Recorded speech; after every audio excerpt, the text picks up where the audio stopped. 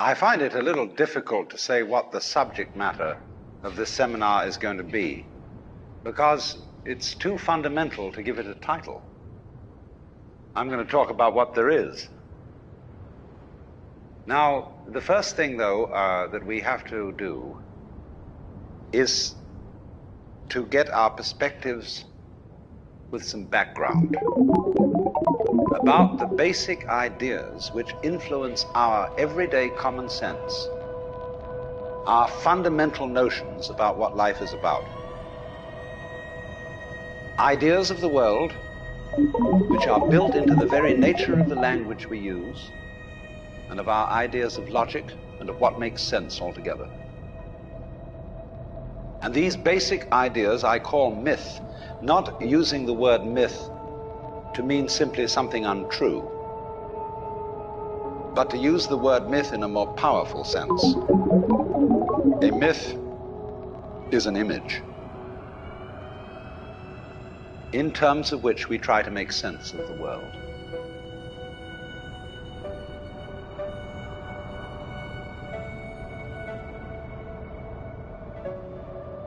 You, as a human being, you grow out of this physical universe in just exactly the same way that an apple grows off an apple tree. So let's say the tree which grows apples is a tree which apples, using apple as a verb. And a world in which human beings arrive is a world that peoples. And so the existence of people is symptomatic of the kind of universe we live in. Just as hair on a head is symptomatic of what's going on in the organism.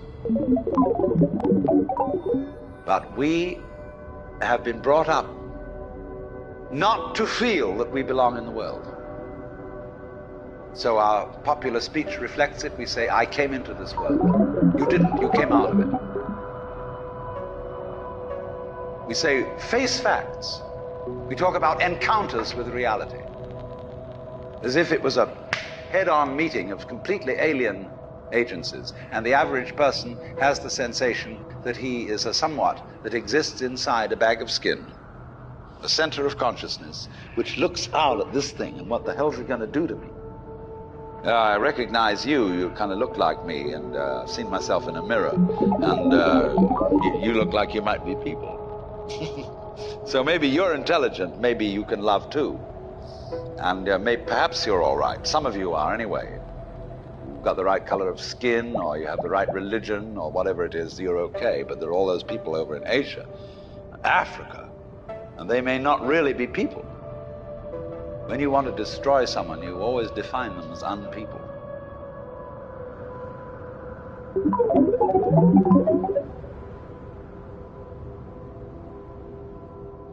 We have this hostility to the external world because of the superstition, the myth, the absolutely unfounded theory that you yourself exist only inside your skin.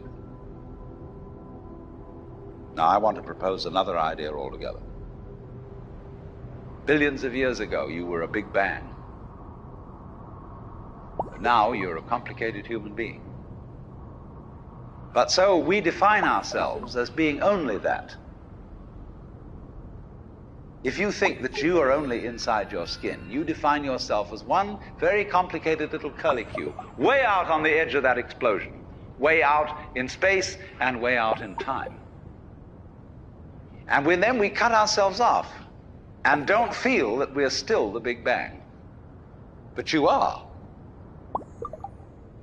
Depends how you define yourself.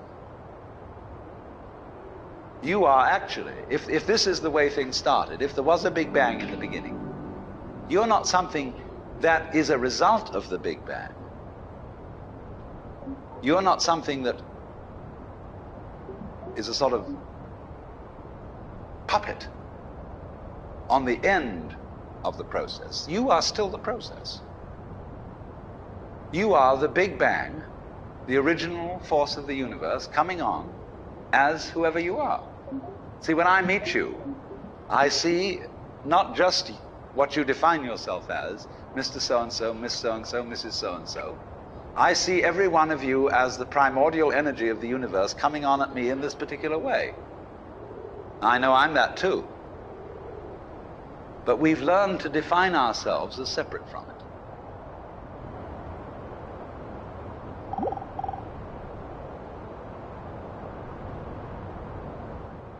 What I would call a kind of a basic problem we've got to go through first is to understand that there are no such things as things. That is to say, separate things. That is only a way of talking. If you can understand this, you're going to have no further problems. I once asked a group of high school children, what do you mean by a thing?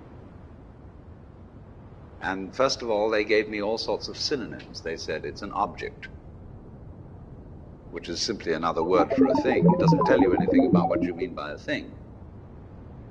Finally, a very smart girl who was in the group said a thing is a noun. And she was quite right. A noun isn't a part of nature, it's a part of speech. There are no nouns in the physical world. There are no separate things in the physical world either. See, the physical world is wiggly. The clouds, mountains, trees, people are all wiggly. And only when human beings get working at things, they build buildings in straight lines and try and make out that the world isn't really wiggly. But here are we sitting in this room all built on straight lines, but each one of us is as wiggly as all get out.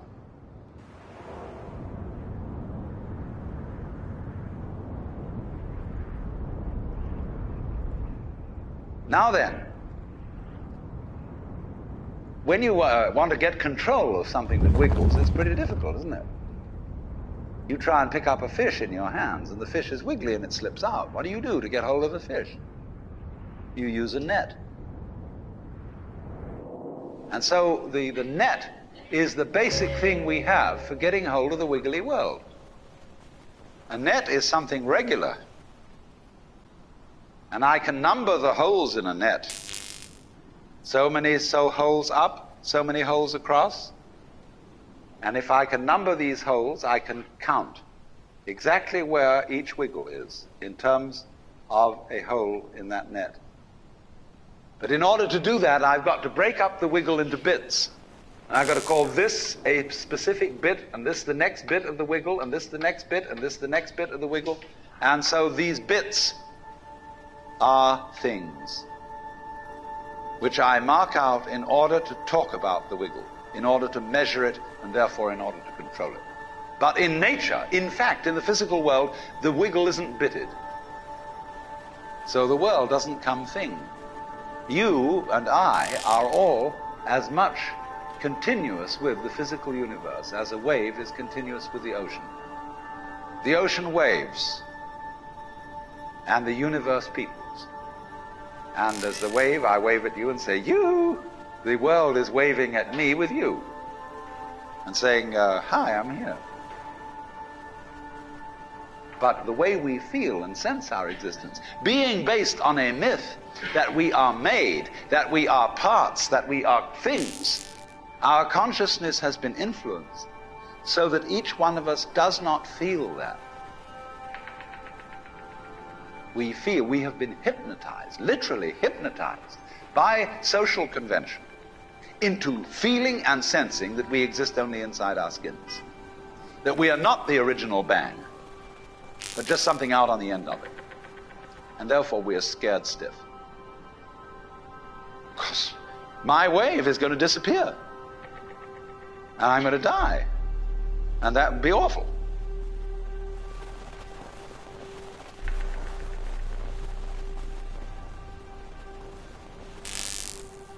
You are a fluke. You are a separate event. And you run from the maternity ward to the crematorium, and that's it, baby. Now, why does anybody think that way? There's no reason to, because it isn't even scientific. It's just a myth. And it's invented by people who wanted to feel a certain way. They want to play a certain game. Camus said there is only really one serious philosophical question, which is whether or not to commit suicide. Should you or not commit suicide? This is a good question. Why go on? And you only go on if the game is worth the gambling. Now, the universe has been going on for an incredible long time. And so really, a satisfactory theory of the universe has to be one that's worth betting on. That's it seems to me, absolutely elementary common sense. If you make a theory of the universe which isn't worth betting on, why bother? Just commit suicide. But if you want to go on playing the game, you've got to have an optimal theory for playing the game.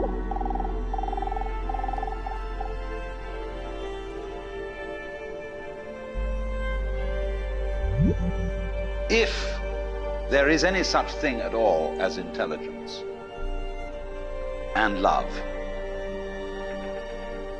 and beauty, well, you found it in other people. In other words, it exists in us as human beings. And as I said, if it is there in us, it is symptomatic of the scheme of things.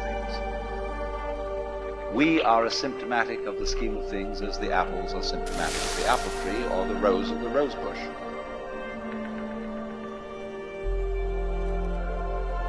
The earth is not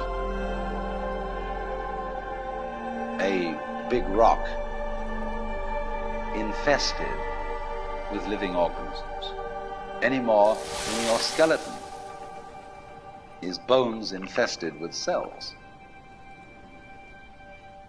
The earth is geological, yes, but this geological entity grows people.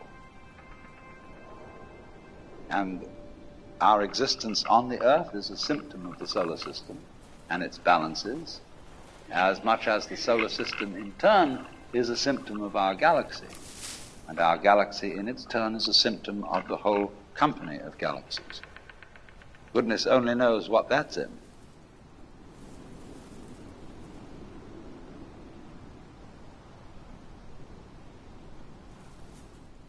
When, as a scientist, you describe the behavior of a living organism, you try to say what a person does. It's the only way in which you can describe what a person is. Describe what they do. Then you find out that in making this description, you cannot confine yourself to what happens inside the skin. In other words, you can't talk about a person walking unless you start describing the floor. Because when I walk, I don't just dangle my legs in empty space. I move in relationship to a room. And so in order to describe what I'm doing when I'm walking, I have to describe the room. I have to describe the territory. So in describing my talking at the moment, I can't describe this just as a thing in itself, because I'm talking to you. And so what I'm doing at the moment is not completely described unless your being here is described also. So if that is necessary, if, in other words, in order to describe my behavior, I have to describe your behavior and the behavior of the environment, it means that we've really got one system of behavior. That what I am involves what you are. I don't know who I am unless I know who you are. And you don't know who you are unless you know who I am. In other words, we're not separate. We define each other. We're all backs and fronts to each other. We and our environment, and all of us and each other, are interdependent systems. We know who we are in terms of other people. We all lock together. And this is, again and again, the serious scientific description of how things happen. And any good scientist knows that what you call the external world is as much you as your own body.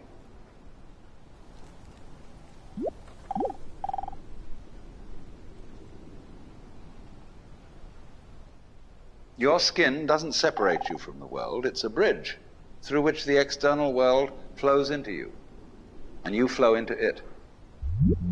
Just, for example, as a whirlpool in water, you could say, because you have a skin, you have a definite shape, you have a definite form. The whirlpool is a definite form, but no water stays put in it. The whirlpool is something the stream is doing. And exactly the same way, the whole universe is doing each one of us. And I see you today, and I recognize you tomorrow, just as I would recognize a whirlpool in a stream. I'd say, oh yes, I've seen that whirlpool before. It's just near so-and-so's house on the edge of the river, and it's always there. So in the same way, when I meet you tomorrow, I recognize you. You're the same whirlpool you were yesterday. But you're moving. The whole world is moving through you. All the cosmic rays, all the food you're eating, the stream of steaks and milk and eggs and everything is just flowing right through you. When you're wiggling the same way, the world is wiggling, the stream is wiggling you. But the problem is, you see, we haven't been taught to feel that way. The myths underlying our culture and underlying our common sense have not taught us to feel identical with the universe, but only parts of it, only in it, only confronting it, aliens. And we are, I think, quite urgently in need of coming to feel that we are the eternal universe, each one of us. Otherwise, we're going to go out of our heads. We're going to commit suicide, collectively, courtesy of H-bombs. And, all right, supposing we do, well, that will be that, and it'll be life making experiments on other galaxies. Maybe they'll find a better game.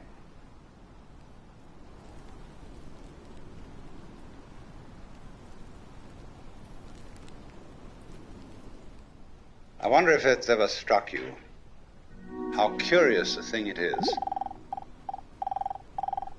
that most of the things that we experience, we regard as things that happen to us, which we ourselves do not originate, which are events expressing some sort of power or activity that is external to ourselves. And if you consider that, you realize that what you mean by yourself is rather narrowly circumscribed. Even events that go on in our own bodies are put in the category of things that happen to us in the same way as things that go on in the world outside our skins. If there's a thunderstorm or an earthquake, well, it happens to you. You're not responsible for it. But so in the same way, when you have hiccups, you didn't plan on it. If you have belly rumbles, you had no intention of doing it. And as to the catastrophic act of getting born, well, you had nothing to do with that. And you can spend all your life blaming your parents for putting you in the situation in which you find yourself. And this way of looking at the world in this sort of passive mood as something that happens to you goes right down to our general feeling about life. It goes down to the way in which we have been accustomed to look at human existence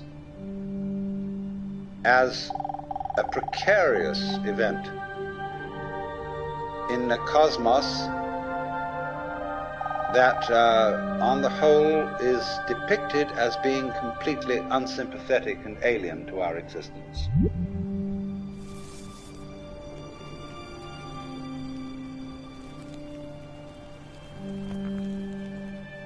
If you're reared with a 20th century, or shall we say an early 20th century common sense, which is based on the philosophy of science of the 19th century, you regard yourself as an accident, a biological accident, in a stupid universe, which is mechanical, but has no feelings. A vast, pointless gyration of radioactive rocks and gas in which you happen to occur. Of course, if you don't have that point of view and you are more traditional, you look upon yourself as a child of God, and therefore under authority. In other words, there's a big boss on top of all this. And you better watch your P's and Q's, because that Almighty is looking after you, with the attitude of, this is going to hurt me more than it's going to hurt you. And when you look at the world in that image, or in the other image, that it's a stupid mechanism, either point of view you take, you don't really belong. You're not really part of all this. Or to put it in the strongest possible way, it is quite alien to our thought that the external world, which is defined as something that happens to you, and your body itself as something that you got caught up with, it is quite alien to consider all that as you yourself. Because you see, we have such a myopic view of what oneself is.